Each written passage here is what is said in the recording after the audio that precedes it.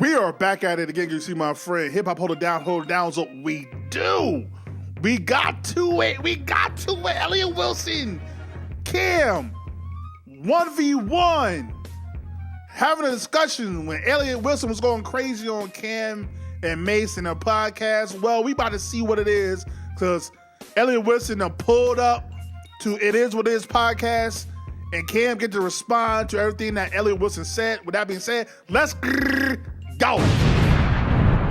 How do you feel about Elliott's statement? Because, I mean, the argument can be you're not running around like Stephen A. Smith, you're running around like Cam, because that's who you are. So how do you feel about that? And then how do you feel about artists, athletes, and entertainers turning into media? Right. First, when I'm looking at Wait.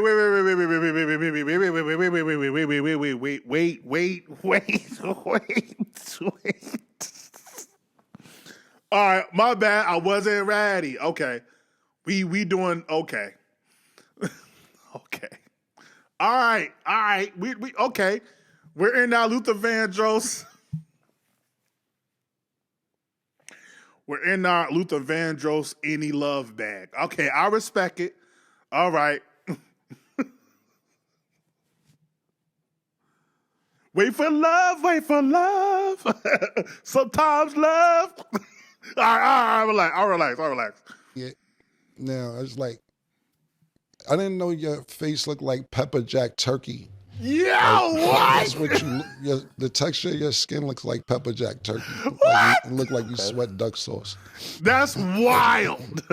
You look like a sloppy sandwich in the face. Pause, man. Yo, what? Yo, that's that's crazy. The nigga start off with, nigga, you look like a sloppy sandwich in the face.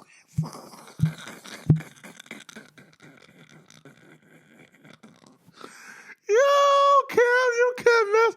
Do not try to roast or try to even, just don't mess with Harlem niggas, bro. Cause them niggas don't got no chill. That's how we're starting it all. That's crazy. Like a pepper jack skin. Yo, nah, that's wild. My bad. I didn't know. I never really looked at you like that. But as far as what Elliott said, I'm running around. I'm not trying to be anybody but myself. As far as comparing me to Stephen A. Smith, I take that as a compliment because he's kind of the standard. He's in negotiations for doing $100 million deal over a certain amount of years of time. And a certain amount of years, there's $100 million per year.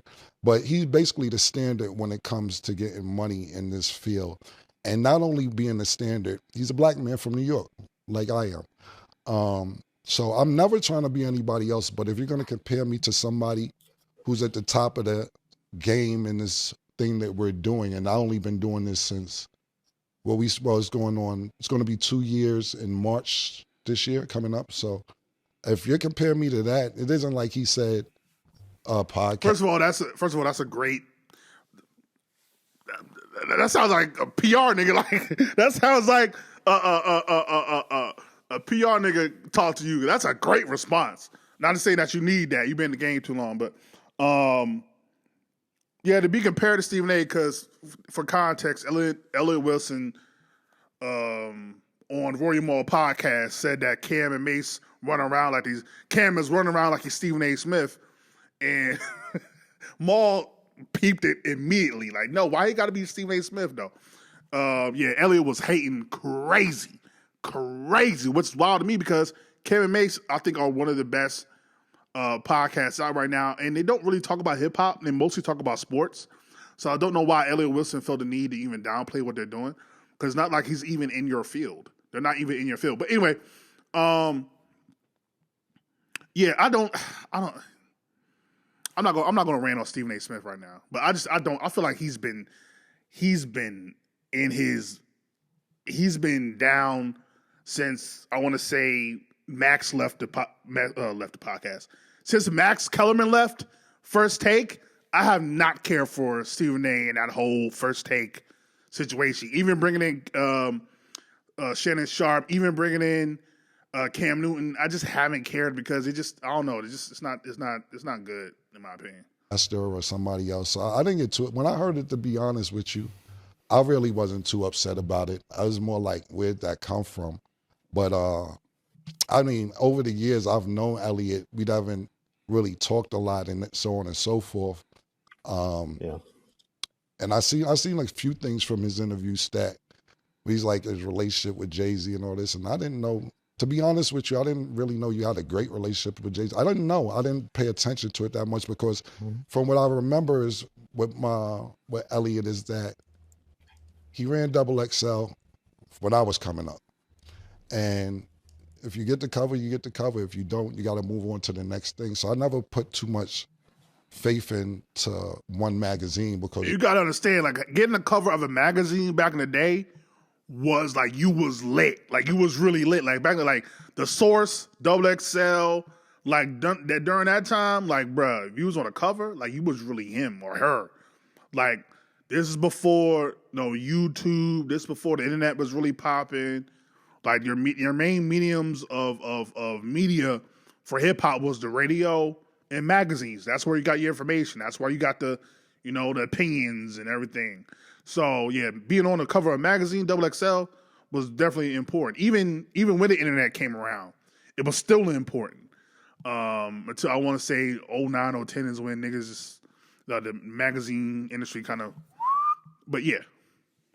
Different outlets prior to the internet as well.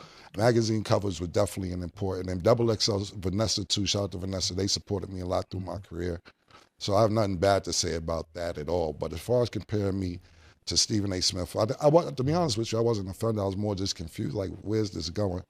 As far as athletes and entertainers becoming podcasters or analysts or anything of that nature, with me... I'm sorry, yo. My bad. I know, like, niggas say when niggas stop the video all the time. But, like, this sounds like he's on an interview right now. Like, this is crazy to me. Cam is just so... Yeah, this sound like a job. This sound like job interview Cam right now. This is hilarious to me. Yeah, so when he said that athletes and entertainers being podcasters, what I think, like that's kind of, I'm used to the you mad. I'm used to that nigga. Stop snitching. I'm used to that Cam. Like so this job interview Cam was kind of hilarious to me. But go ahead. It's more about looking at the climate. It isn't about necessarily being a journalist because Elliott made a great point with his opening statement. People may want to be more famous than doing the due diligence or homework or something that a topic is. But you have to look where the climate is going. And when I heard his interview, to be honest with you, I said to myself, this sounds like the guy who used to own Blockbuster. And he's mad he can't sell VHS tapes. Shout out to Blockbuster. Or a guy who owns a livery cab service and he's mad that everybody's Ubering. That's the vibe that pushed off. And instead of figuring out the climate and what to do to get money in the climate, it sounded like more of a complaining situation to where a person like me, I would sit there and say, well, why is and I'm not mocking y'all, I'm being serious. Why is everybody streaming? And I don't get streaming. Why we can't sell physical tapes or physical CDs or vinyl?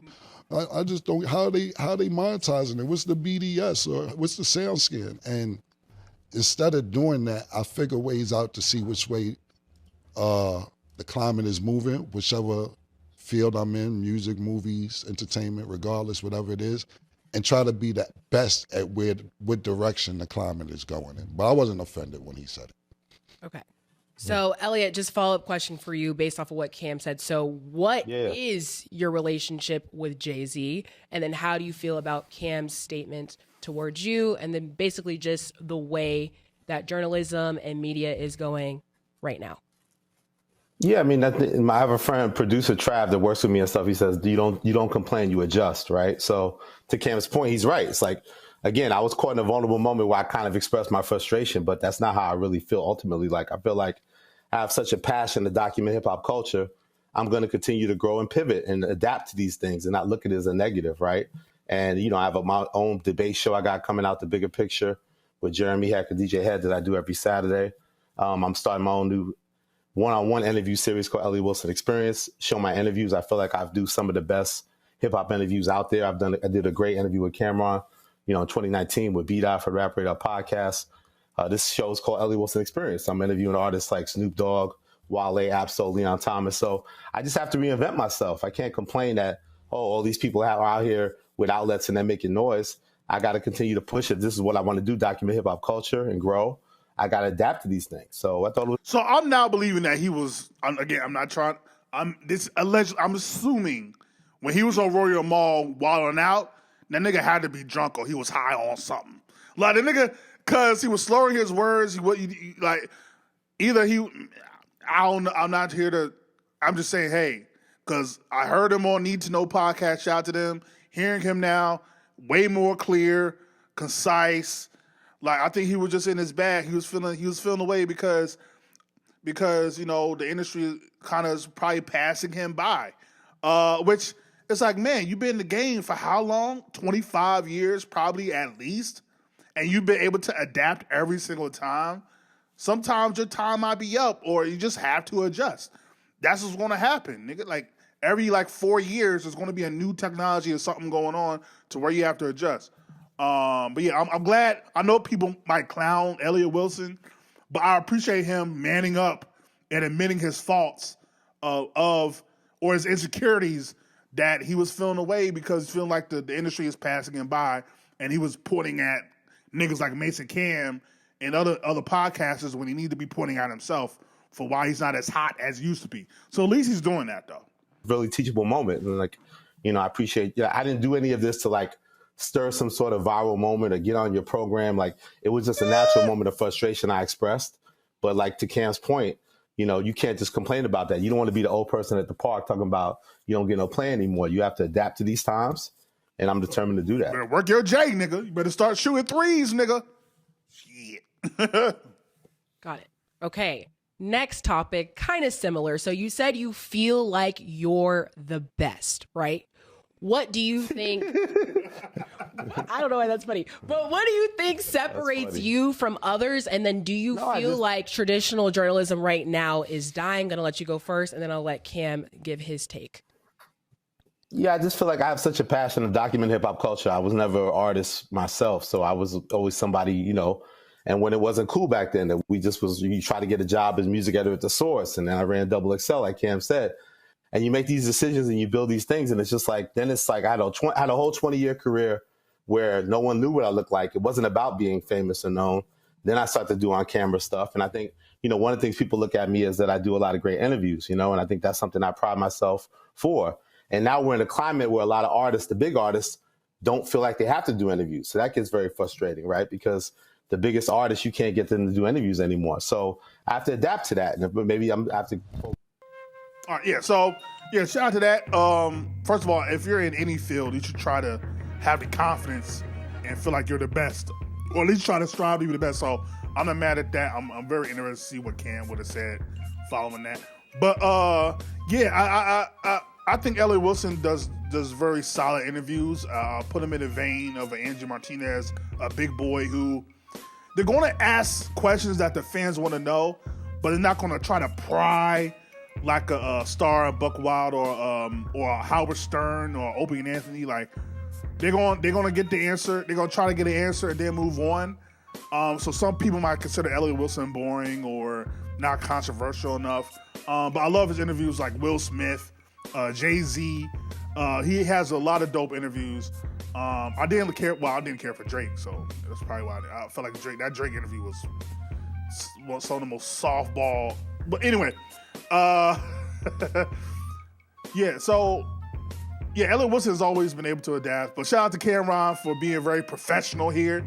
But at least he did start off calling this nigga a sloppy sandwich in the face ass nigga. I love Cam had at least show some Harlem before he started being a professional. Shout out to that. And shout out to Stat Baby as well. But yeah, that was hilarious though. But that's all. Seems like everything is all kumbaya, everything is all good. I know we like when controversy happens because we make money. Well, I don't make no money. But we get views and likes and all the different stuff. So But I do want to show this side as well, that men and women can come together and resolve their differences, or at least speak out and agree to disagree. So, but shout out to Elliott Wilson, shout out to Cam, shout out to Stat Baby, shout out to Treasure Wilson. I feel like it might be disrespectful. Keep calling her by the nickname. Shout out to Treasure Wilson as well, great journalist herself. Shout out to Mace. It is what it is podcast. Let me know what you think. Let me know how you feel about this. Like, comment, subscribe, share all the things are the things. Hip hop, hold it down is what we do. Man.